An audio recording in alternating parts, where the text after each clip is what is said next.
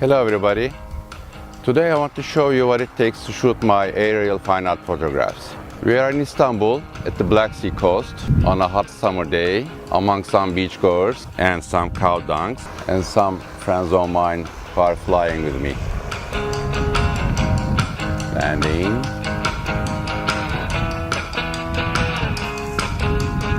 Many people know that I fly with a paramotor to shoot from the air. I don't use a drone for my personal photography. I prefer to be up there myself with my heavy equipment. And I'll show you what a paramotor is. I have two in the back of my car, already assembled. One is basically a spare. Sometimes my son uses it.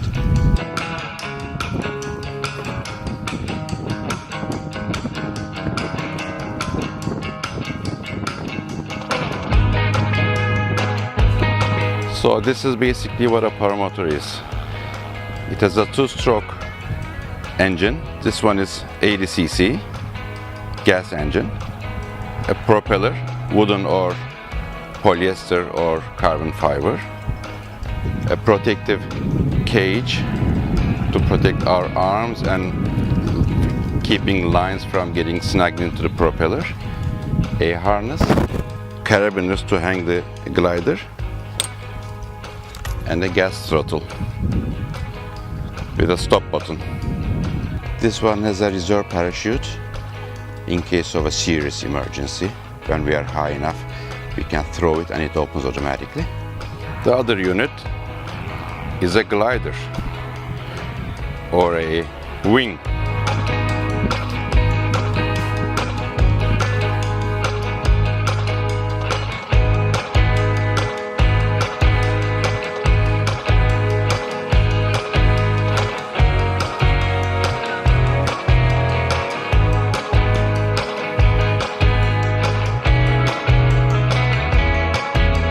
The wing is a basic paraglider wing. It's made of parachute fabric. It has cells that divide up the wing, and in between the cells there are walls that have holes in them, and in the front of the glider there are openings that let air in and inflate the wing and give it a shape. It has lines that connect the wing to what we call the risers. Risers connect me to the wing. There are four of them: A, B, C, and D. A is the front riser, D is the rear riser, and attached to the D are the brakes. There are two of them, one for the right and one for the left. I inflate the wing by pulling on the A risers that bring up the front of the wing and let the air into the cells and give it a wing shape.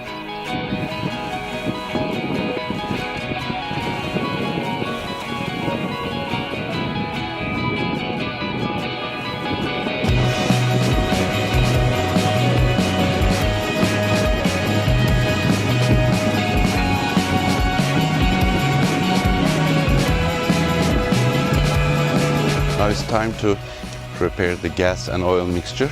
Since this is a two-stroke engine, it needs oil in the gas.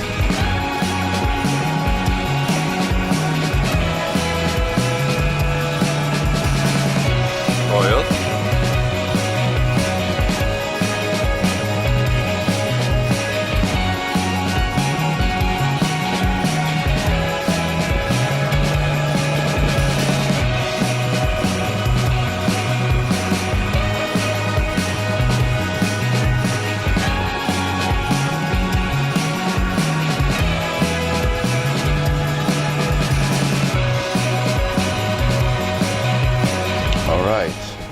Now we are getting closer to the fun part.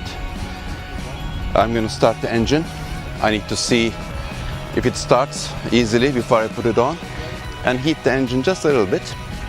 I'm going to blow some gas into the carburetor.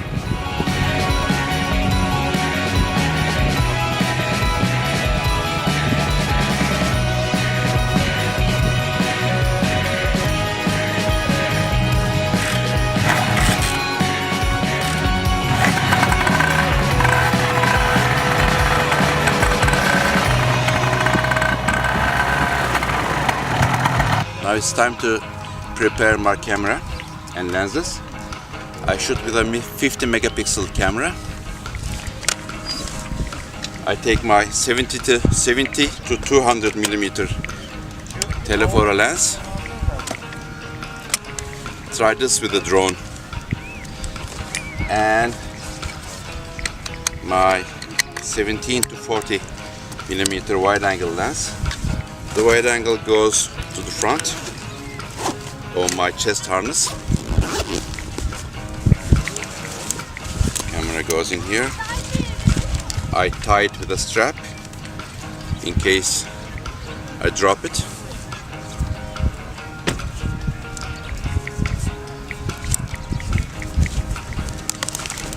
Okay. And it's ready. Quite heavy. The radio goes on first. This is for talking to other pilots in the air. Camera. Next.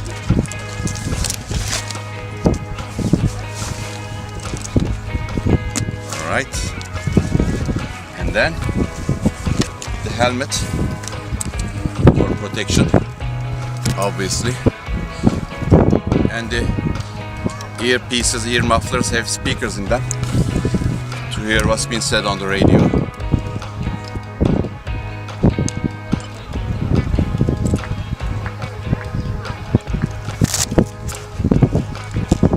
And most importantly, the phone. In case of an emergency landing, we need to be able to call somebody to come and get us. We are ready. This is the radio switch. Goes on the throttle from the radio.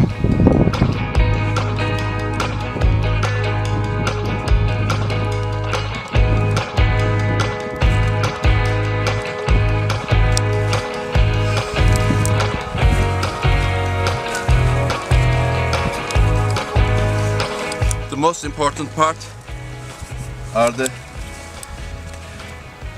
leg straps. That's what keeps us from falling. This is quite heavy, although this is my lighter engine. But once we take off, the glider carries everything, so we don't feel any weight in the air. But in the summer heat, it takes a toll, especially when there is zero wind. When there is no wind, we need to pull the wing and run forward and run and take off. But when there is a little wing like today, we turn towards the wing, like you will see now. We raise the wing, it just stays there, and we turn and run a little bit, and then we are off. The risers go on the carabiners. For reverse takeoff, I turn around the risers and attach them backwards, so the brakes are facing the back.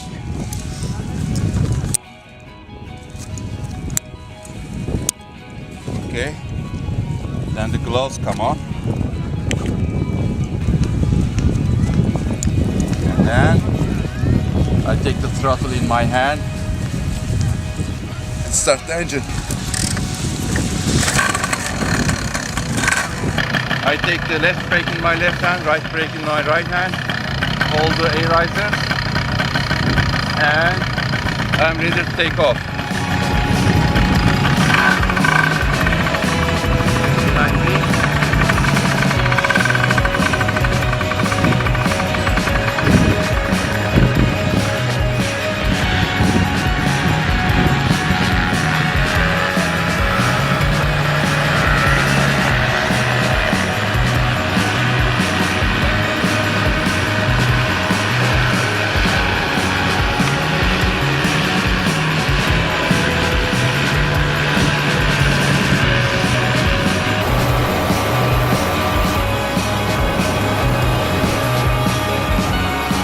Flying by the sea is wonderful because smooth air comes from a body of water. It doesn't shaking. There is no turbulence, there are no thermals. Hey, this is Kemal. Hello, Kemal. And by the sea, you can fly all day long. Inland, it's very difficult to fly during the day, in the middle of the day, because of the heat and thermals. I'd rather be up here myself than shooting remotely from a drone. Nothing beats being here myself with my very high quality camera equipment.